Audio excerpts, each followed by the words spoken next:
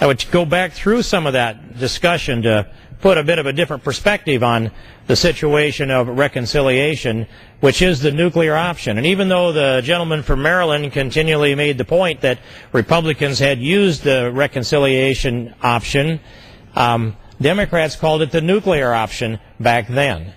The means of putting an end to the filibuster, you have two choices in the United States Senate. One of them is you come up with 60 votes to break the filibuster. That's called a cloture vote.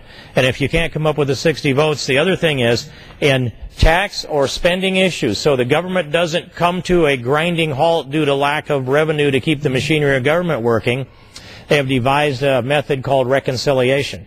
And that reconciliation will require only 51 votes, not 60 votes in the Senate to move a bill. But the point that is missed here today is that reconciliation / nuclear option, and it depends on the Democrats' part on whether they're talking about Republicans implementing reconciliation or Democrats implementing reconciliation. To a Democrat, when Republicans discuss implementing reconciliation in the United States Senate, they call it the nuclear option. But when it's Harry Reid and the Democrats seeking to implement reconciliation, they say, it is reconciliation. Don't you know that's getting together to get things resolved rather than blowing the place up? Isn't it something that you can have two different terminologies for the same action, and they can be so far apart, 180 degrees apart from each other? Democrats committing reconciliation is reconciliation. Warm, fuzzy, group hug, 51 votes. What would you have against a simple majority passing something here in the United States Congress? That's their argument. We heard it here a little bit earlier. Who would be against a simple majority? And the second part of it is the nuclear option. The last time Republicans discussed the reconciliation tactic in the Senate that Democrats continually pounded upon and called it the nuclear option was when we were seeking to confirm judges to the federal court. And to get a vote in the federal court, there was a filibuster in the Senate. Now, you can look through the history of this and study who said what, when, and all the protocol that's part of that. That's for Senate historians to know most of that. But for me, Mr. Speaker, I'll take it down to this. When I read the Constitution, it requires for confirmation of these federal judges the advice and consent of the Senate. It doesn't say the consent of 60 votes in the Senate. It says the advice and consent. Consent implies the majority of the Senate. And many of those senators that were opposed to reconciliation because they were Democrats in the minority at the time also argued that that the President of the United States, President Bush, didn't accept enough of their advice. Well, you can work about this term, but any time that the Constitution contemplates the consent, it never requires a supermajority for the consent. It always requires a simple majority in the United States Senate for consent of the Senate, advice and consent. And so, when a confirmation or ratification of a treaty or something that is in our Constitution required by the Constitution comes up for confirmation in the Senate, and it advises advice or consent by the Constitution, I believe that it is a constitutional violation for the Senate to use a filibuster because they're denying the consent of the Senate, or they're setting an arbitrary majority after the Constitution, the fact of the Constitution, to take it up to 60 votes. So the argument that this Republican made in 2005 against a whole series of active Democrats that were for the nuclear option was, you have a constitutional obligation to provide a vote to confirm or not confirm these appointments by the President of the United States. You cannot hold them out to a cloture vote and a filibuster simply by one senator putting a hold on an appointment to the Supreme Court, for example. So it's a constitutional restraint. I've had this debate with many of the senators on the other side, including my junior senator from Iowa, Tom Harkin, who disagreed with me. But in any case, that is the Republican position. We default to the Constitution. The Democrat position is Republicans use reconciliation. Well, not when it came to confirming judges, for example. That's a simple majority because that is a definition of consent in the Senate. And so here we are with this large initiative called, well, I think the President used it yesterday, the term Obamacare. Now, Thomas Jefferson once said large initiatives should not be advanced on slender majorities. And a slender majority can only be how this large initiative of Obamacare, to use his term for it, has been advanced through the House by only a 3-vote margin, and only one Republican, and I think he'd reconsider if he had the chance to do it today, voted for that bill. Many Democrats voted against that bill. The margin was so utterly slender and narrow in its majority that it can't be defined as anything else except in exactly one of those things that Thomas Jefferson warned against doing. And when you go to the United States Senate, they wheeled and dealed in back rooms, happened here on the House side too, until they got right down to the night before the announcement of the cloture vote, and they made their last deal with Ben Nelson to exempt Nebraska from the increases in Medicaid costs. This is a word, Mr. Speaker, that everyone should be alarmed at when they see it show up in any legal document. In perpetuity. Exempt Nebraska from the increase in Medicaid costs in perpetuity. And that deal, along with lowering the language of the Stupak language in the House language, which did a fairly effective job in preventing federal dollars from being used for abortions should the Obamacare pass. The Senate version of it and the language that was negotiated by Ben Nelson certainly rolled this thing back to where there would be more federal dollars used for abortion because of the language change, even though they made the argument that there would be an accounting of those dollars. I would say that the Nelson language still set the federal government up to be the broker of insurance premium dollars that would be directed to insurance companies that were paying for abortions out of those premiums, and to compel the American people to fund something that is to them fundamentally immoral is an unjust thing for this Congress to do. We did it inadvertently in the aftermath of Roe versus Wade in 1973. By 1976, we had implemented language that prevented federal dollars from funding abortions under either the Hyde Amendment or the Mexico City policy. But this language in the House actually allows some. The language from the Senate actually allows a lot more to go to abortions. And I reflect back on my position, Mr. Speaker. This would have been, I believe, in the 80s or perhaps in the very, very early 90s, when my congressman came to my district, and we had a meeting, just a town hall meeting in the basement of the Lutheran Church. And I remember the count of the chairs that were there, and they were mostly full. In fact, all, I believe, were likely full. But there were 80 people in the basement of the church at a town hall meeting. Pretty good-sized meeting for a little old town, not by last August standards, Mr. Speaker, by normal standards. And as my congressman presented his pitch on his proposal for a National Health Care Act that was essentially dovetailed into Hillary Care later on, he asked, how many of you are in the room? How many in the room are employers? And these are why I remember the numbers. 80 people in the room, 12 of us raised our hands that are employers. And he said, well, keep your hands up. Now I want to ask you, how many of you provide health insurance for your employees? And 11 hands went down. And mine was the only hand that was up. So I was the only employer in that room of 80 with 12 employers, the only one that provided health insurance for my employees.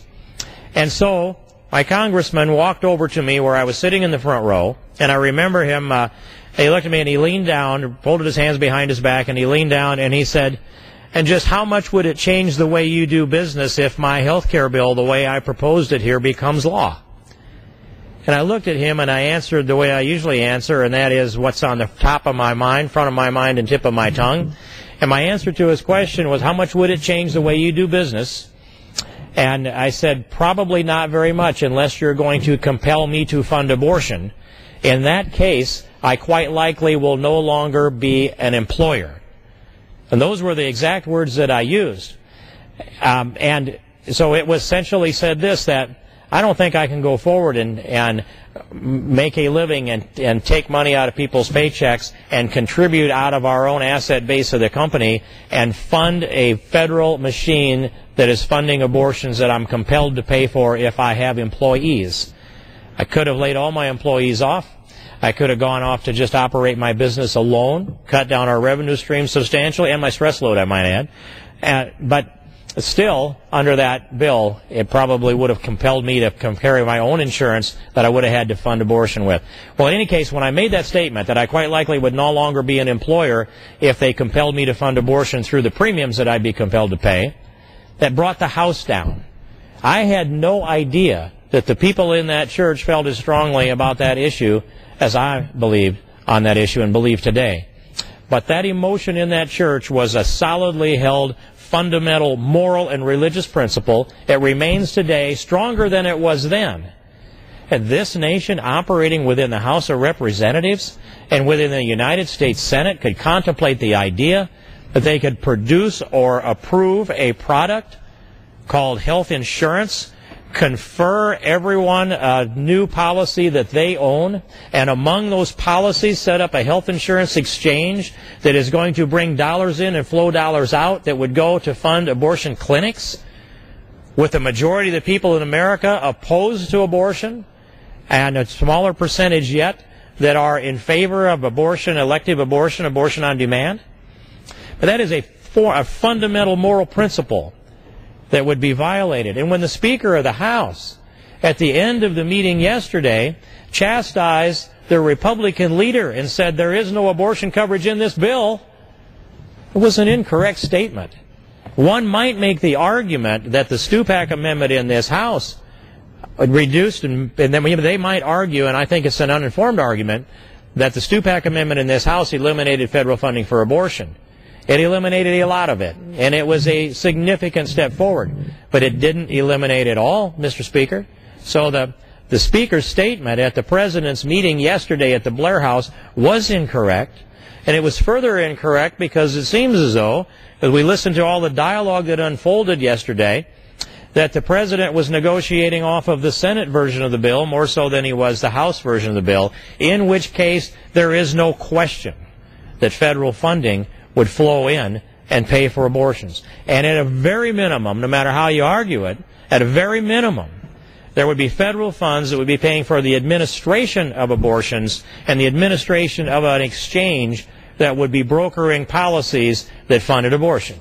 That's how the language works. I've read the language carefully, and I know that some of that has been amended, but not to the satisfaction of the pro-life groups in America, not to my satisfaction either, Mr. Speaker.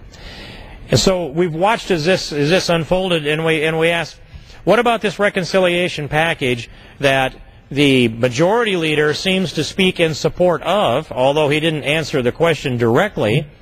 He accused Republicans of using reconciliation. He didn't actually call it the nuclear option this time. Of course he wouldn't, because they are loading the gun, getting ready to cock the hammer and pull the trigger on the nuclear option. And they can't have us calling it the nuclear option because the American people then understand how it blows up the system in the United States Senate. But truthfully, we don't have much to say about it from a formal perspective here in the House of Representatives, because we do have a simple majority that controls. We have a Speaker of the House that controls the entire protocol from top to bottom, right down to whether there will be a debate here on the floor of the House, whether there will be any amendments offered, what those amendments will be, and who will be able to offer them.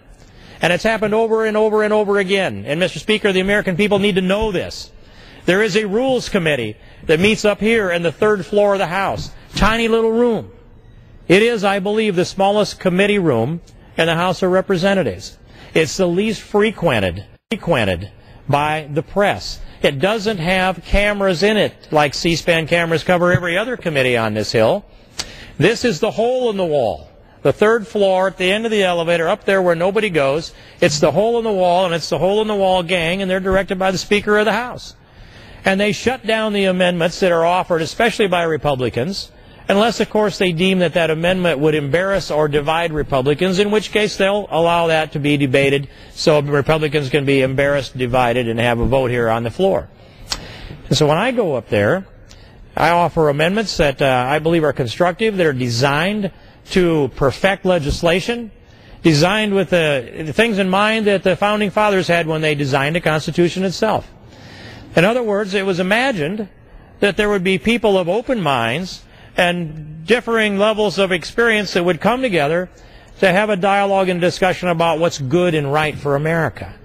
And then when we get to the formal process of our discussions, first we'd do hearings, and we'd listen to the American people come in and tell us what they have to say about the policy.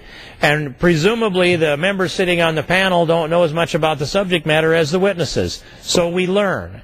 And then we ask questions. And then we go back and do research.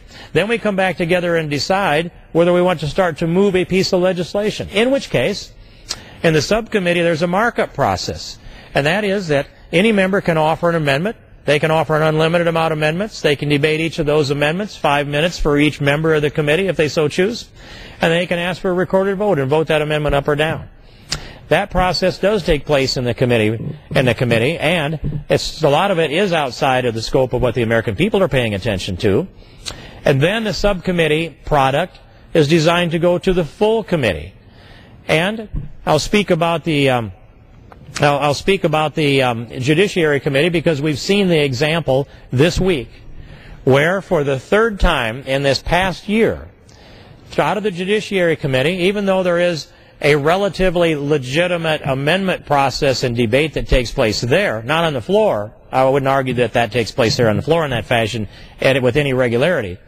But in the committee, it seems to. And 3 times out of the Judiciary Committee, there's been a Republican that has offered an amendment to an important bill. That amendment has passed with bipartisan support, and the product of the committee's work, the product that after the bills are amended and they receive a final passage out of the committee, then they come over to be put on the calendar to be debated on the floor of the House. And the majority leader controls that agenda, and the Speaker's power and influences it considerably.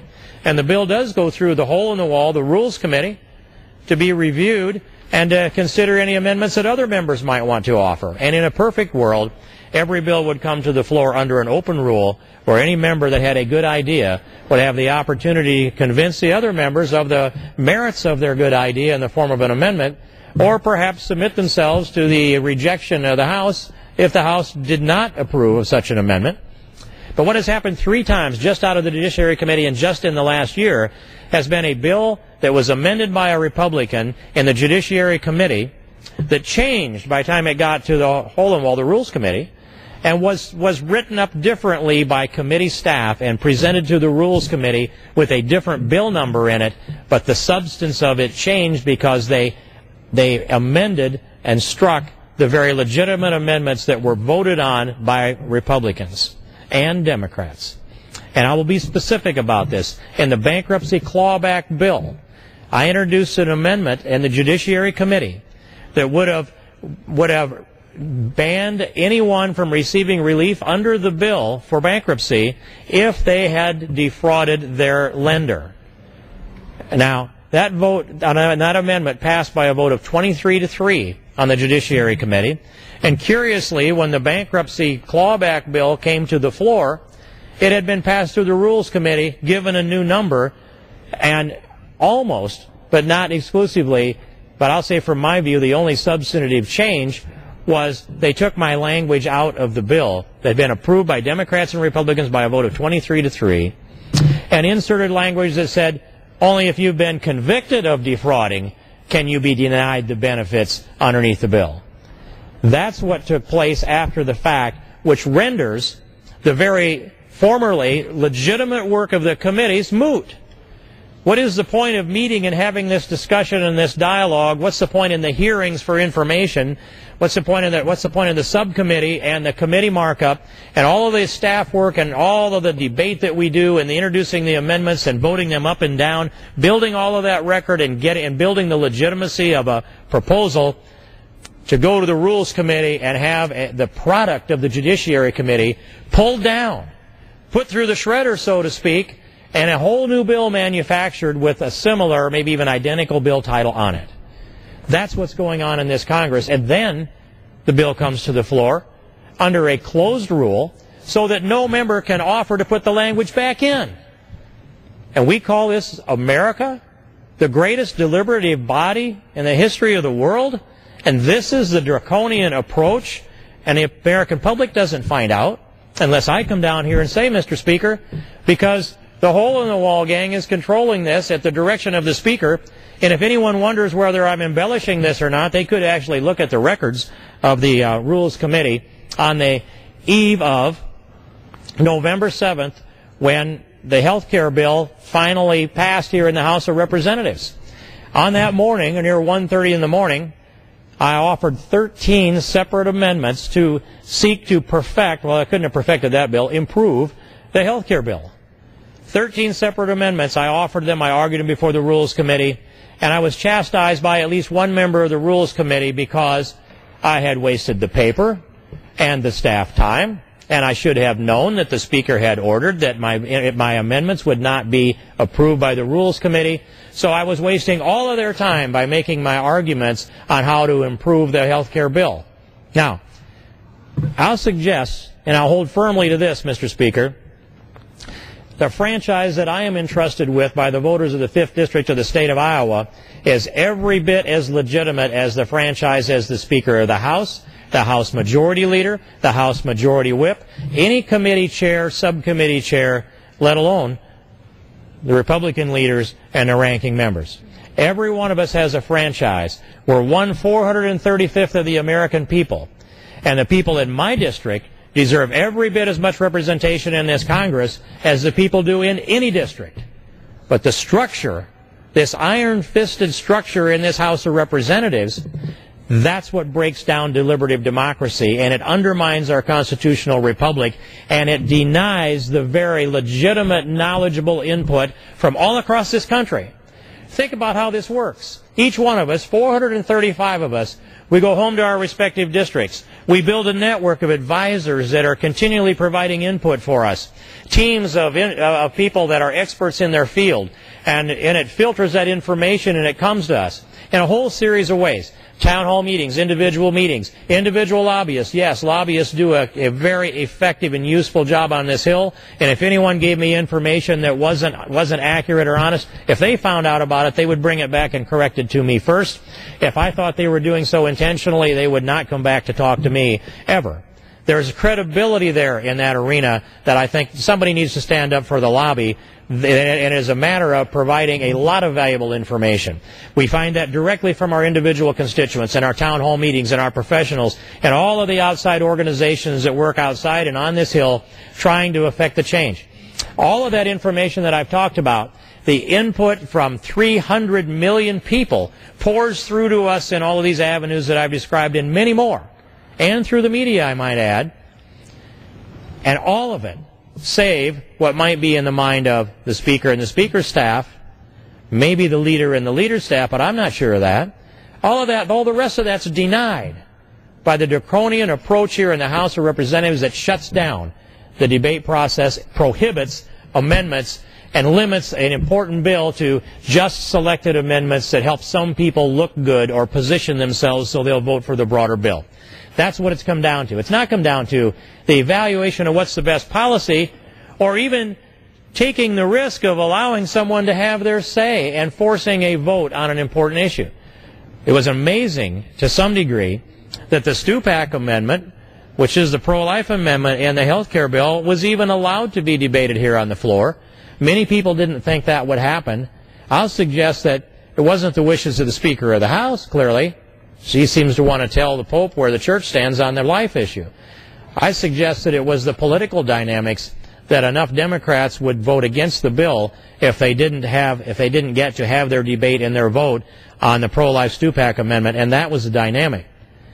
And so often, the American people don't get to see what goes on behind the scenes or what's going on in the calculus. When you read your history book, it comes down to, well, the Congress evaluated this policy and that policy, and some thought this, some thought that. The decision came down to a policy decision, and we had to vote and move forward. Way too often, the American people need to know it's not a policy decision, it's a political decision. And when you see someone make a tough political decision, way too often, they're making a decision that has more to do with their political survivability than it has to do with the policy. And statesmanship is hard to find, but thank God we still have some in this House. And I'm hoping we get a lot more statesmanship coming in November when the energy of the American people will be manifested at the polls.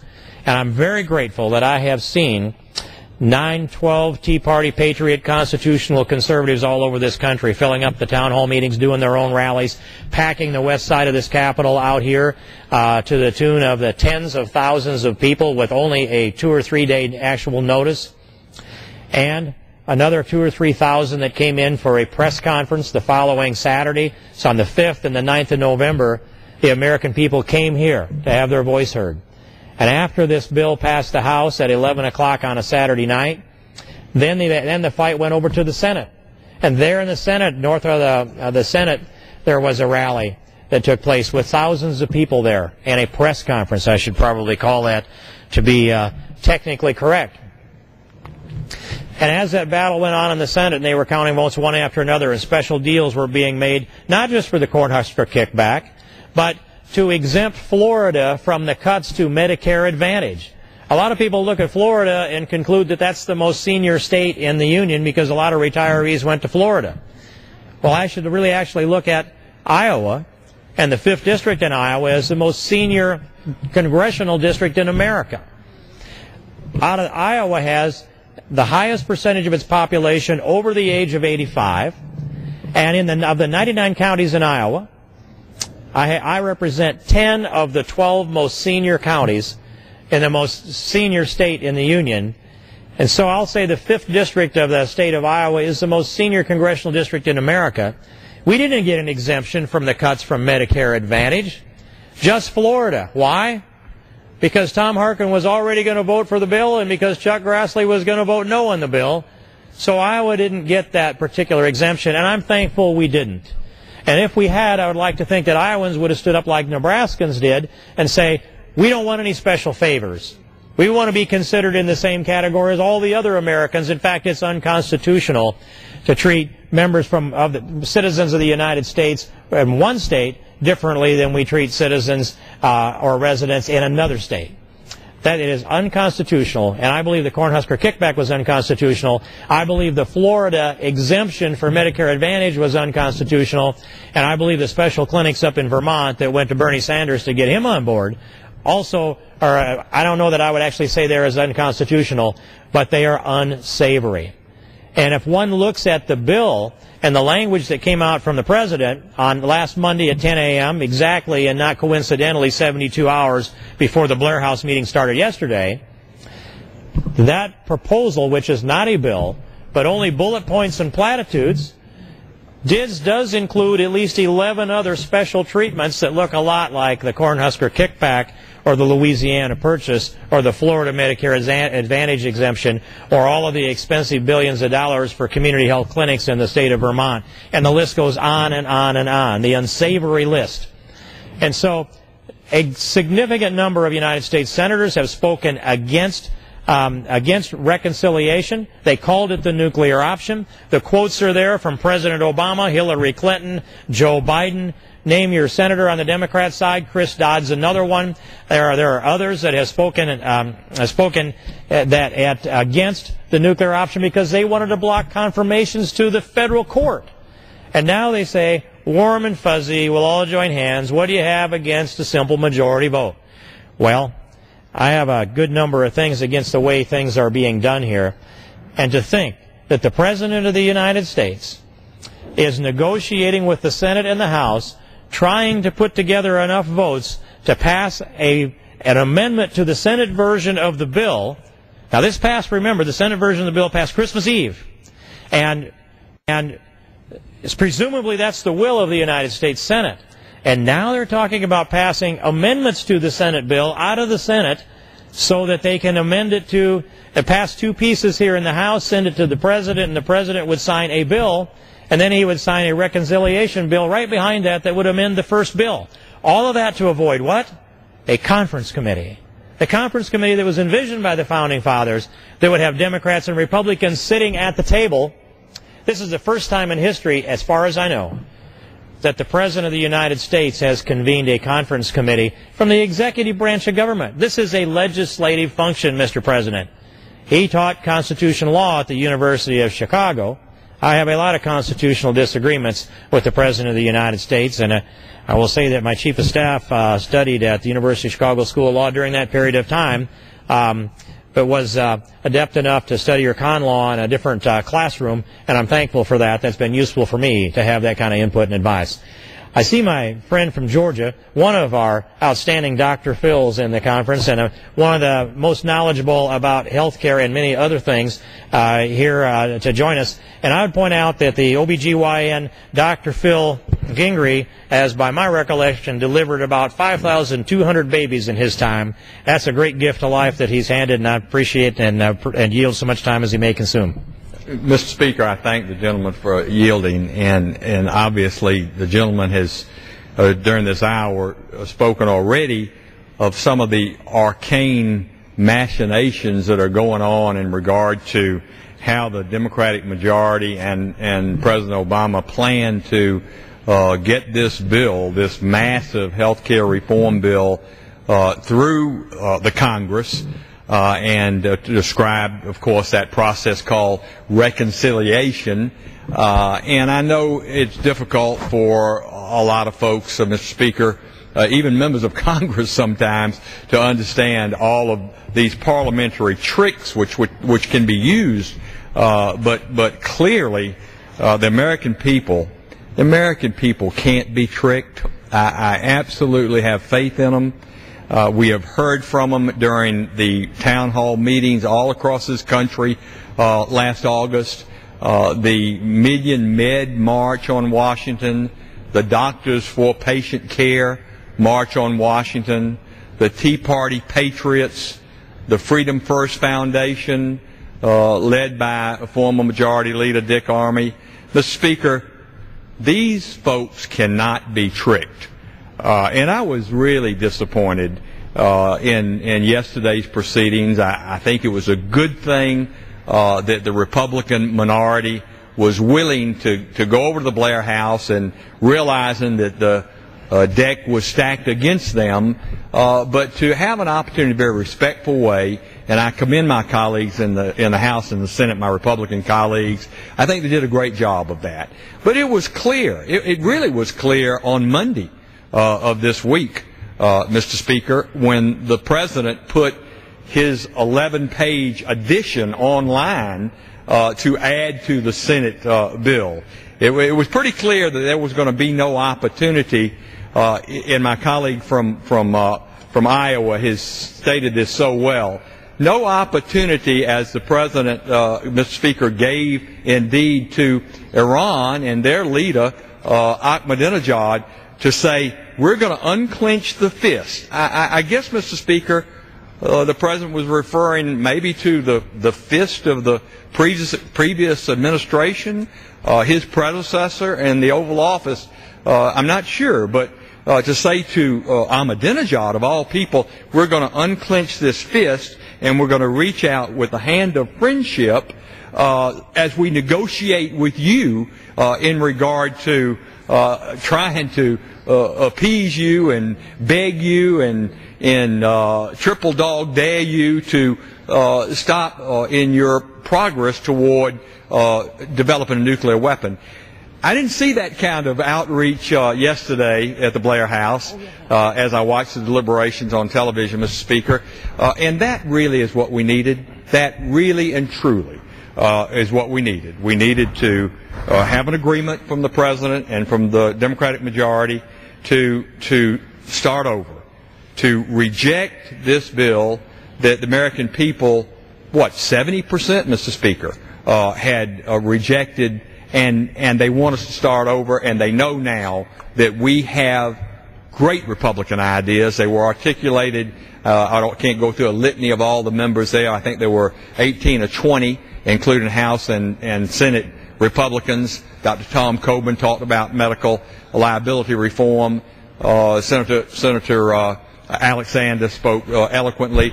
Our own Dr. Boustany from this body, I thought, did a great job representing our doctors. But we know now what's in store for us. I want to just say to my colleagues and to my friends back home, let's don't give up the fight. If this is what they want to do, if this is what the Democratic majority wants to do, if this is what the President insists on, well, they're going to pay the consequences politically. Unfortunately, that's not the greatest concern. The greatest concern is, of course, the health, both the physical health and the economic health of this country, and I think it's at great peril. I know we have other members, Mr. Speaker, that have joined Representative King and want to weigh in on this, and so I'll yield back. But I thank you for the opportunity to be with you this afternoon. Well, I'd reclaim my time. I thank the doctor, congressman, and gentleman from Georgia for joining us, and we have about 23 minutes or so to continue the dialogue, and I appreciate the intellect that's been brought to this debate. I think that there were some outspoken conservatives that would have contributed substantially to the discussion yesterday had that been the format, and perhaps this is our format to weigh in on that. And so I'm happy to see that also my friend from Minnesota, Michelle Bachmann, arrived on the floor, and I'd be happy to yield so much time as she may consume. Thank you. I appreciate my colleague, Mr. King, and also Mr. Gingrey, and I'll only be just a few minutes. I really wanted to be just a part of this discussion. I saw that you all were down here speaking on a very important topic that has captured a lot of people's attention this week, in particular with this event that happened yesterday. And I think one thing that we have demonstrated very clearly is that those of us on the Republican side of the aisle for the beginning of this debate have always had positive solutions that we have wanted to address. I know Dr. Gingrey has even laminated on a little card that he carries in his breast pocket. He has rules of the road going forward on health care, and of course, he's a physician. He understands better than anyone how patients are impacted by what we do here in Washington, D.C., and I appreciate the work that he has done. We've also have the Declaration of Healthcare Independence that my colleague Mr. King has put up. Mr. Gingrey has also contributed mightily to this document as well. It states a roadmap going forward, the rules of the road on what we need to do going forward on healthcare. There's 10 items. Some of them include: don't add to the crushing federal debt that our nation is currently experiencing. Don't force people to violate their moral conscience and pay for other people's abortions.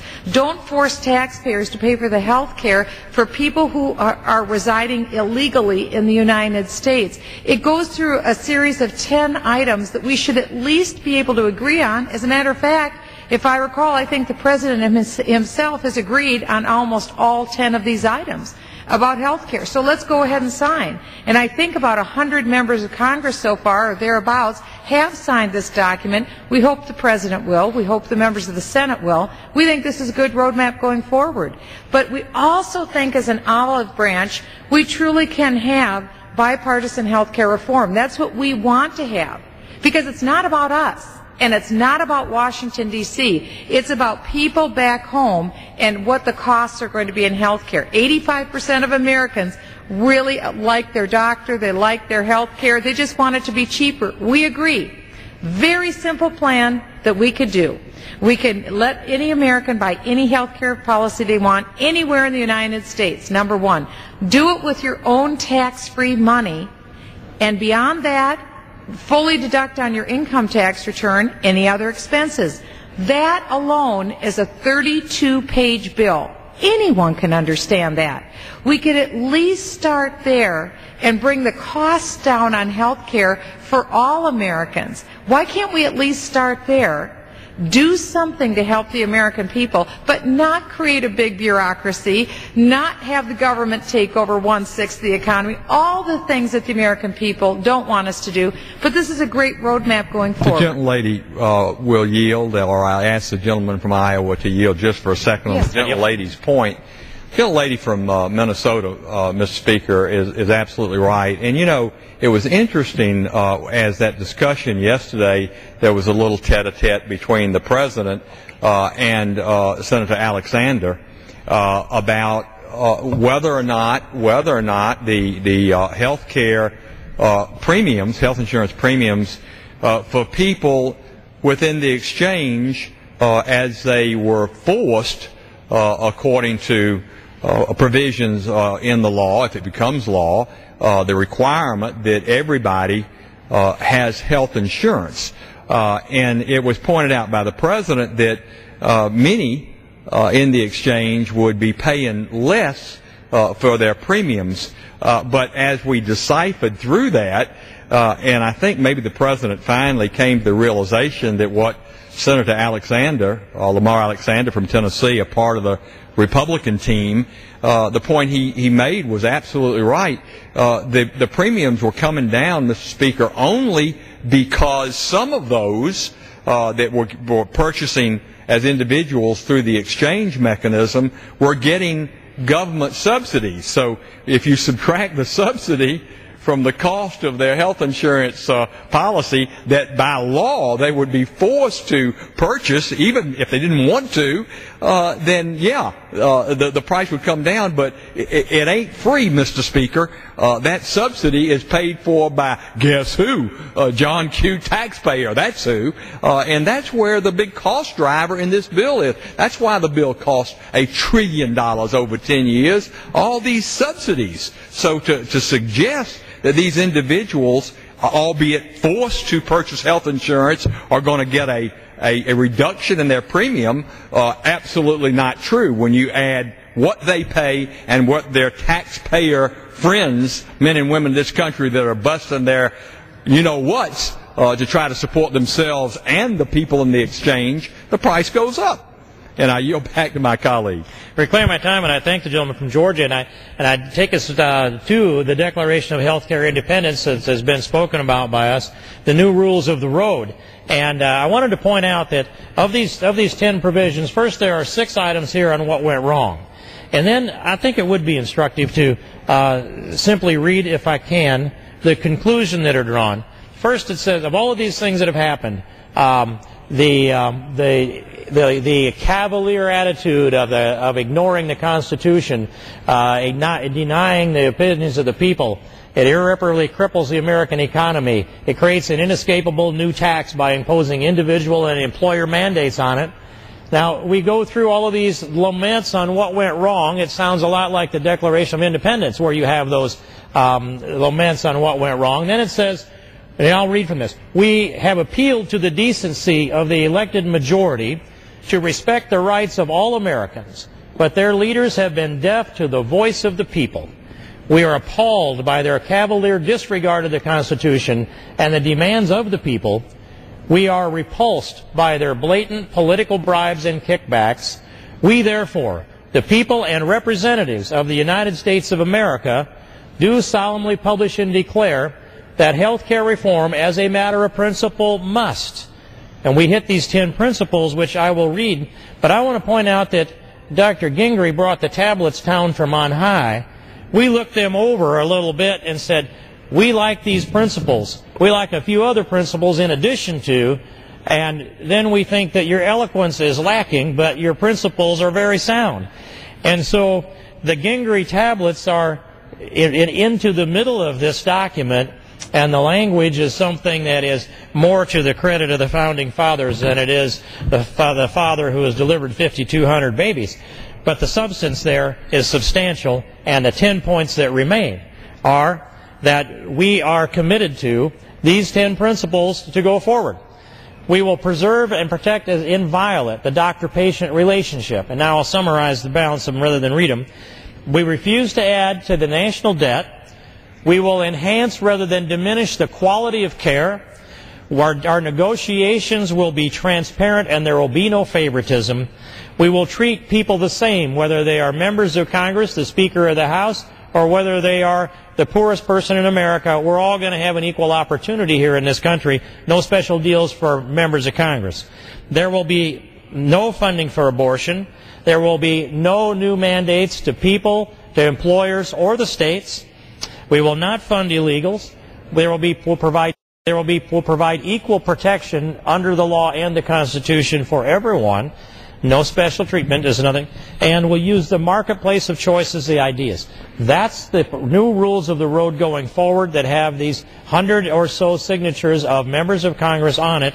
This is a foundational piece of work that was collaborated by many, sparked by Michelle Bachmann, the tablets, many of them from Dr. Gingrey, whom I would yield to. And Mr. Speaker, I thank the gentleman for yielding. And this declaration of health care independence that Representative King just so eloquently described, and I love the format.